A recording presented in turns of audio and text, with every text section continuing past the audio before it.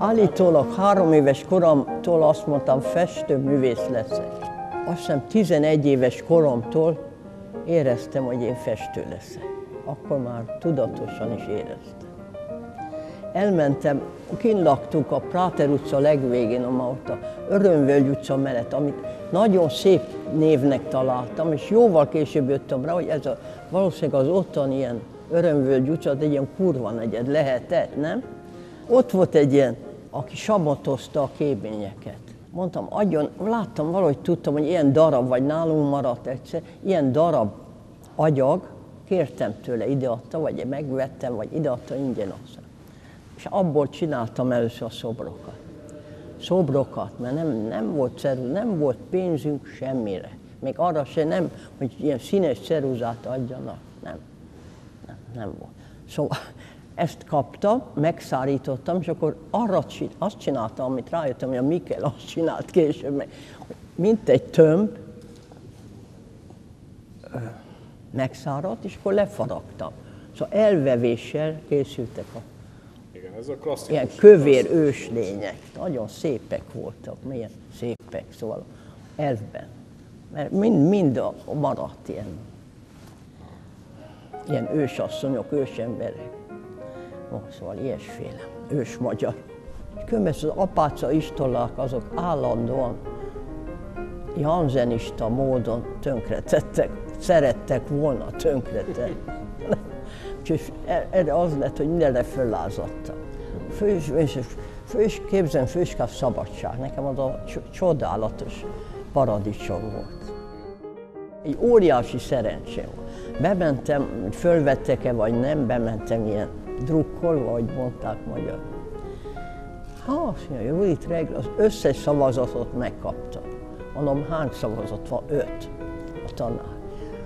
Mondom, ez jó. Akkor mondom, most kihez van még hely, mert mindig nagyon nehéz. Hát, ha összes szavazatot megkapta, akkor választhat. Mondom, szörny. Azt hiszem nem tévedtem, mert a szörnyi hagyott csinálni, amit az ember akart. Néha még szerettem volna, hogy technikailag tanít, de nem tanított semmit. Csak de nagyon jól kritikált, nagyon erősen. Jól, de nem.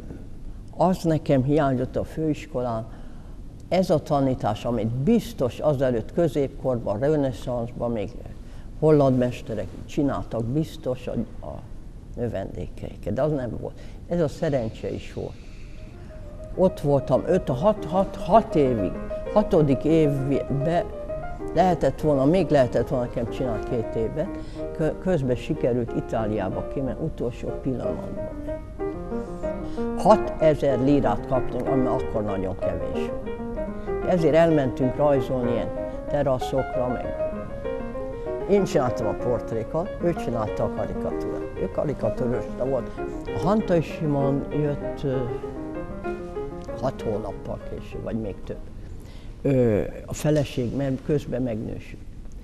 Ott volt a bíró Antal, a Zugor Sándor, a Poldi, a Böhm Poldi, és én.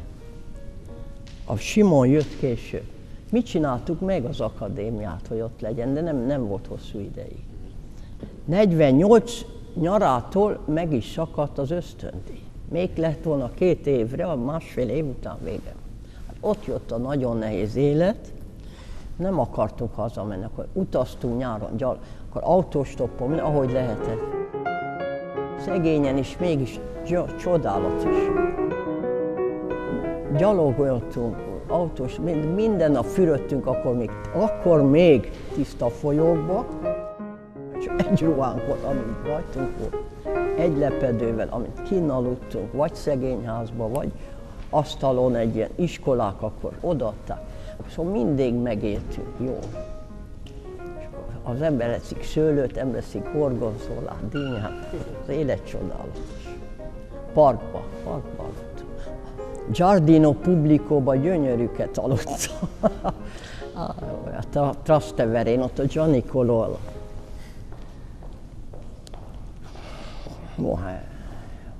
Csodálatos, szép, kalandos és nagyon nehéz volt, ami az, hogy az ember fiatal volt, és mindig boldogok voltunk, és nevettünk folyton. keserves kínok közepette, nem eltűnt. Olyan nyomorba kerültünk, de olyan kezdett rossz idő lenni, esett, hideg volt, szóval minden leszakadt róluk a ruha, nem lehetett emberileg tovább érni. Kezdtünk éhezni, kegyetlen. Nyáron lehet élni egyszerű. Vannak a teraszok, emberek lehet rajzolni, hát nem lehetett. Október vége, októbertől kezdve Róma is ősz, eső, nem az, ami nyár. Oda voltam kényszerítve, oda nyomtak, ők csinálták, hogy nekem ki kellett szökni. Nem hiszi el, ki segített. Egy ávós segített, aki a dajkám családjának, vagy egy barátom családjának volt a dajkája. Összes gyereke. Annak volt a testvére, vagy a sógora. Kényszerített.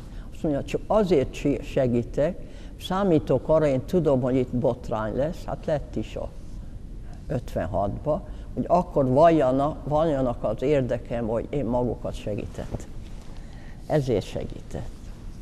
Ennyivel csak az Isten, vagy nem tudom, a sors, vagy az emberbe feltámad a legősibb ösztön.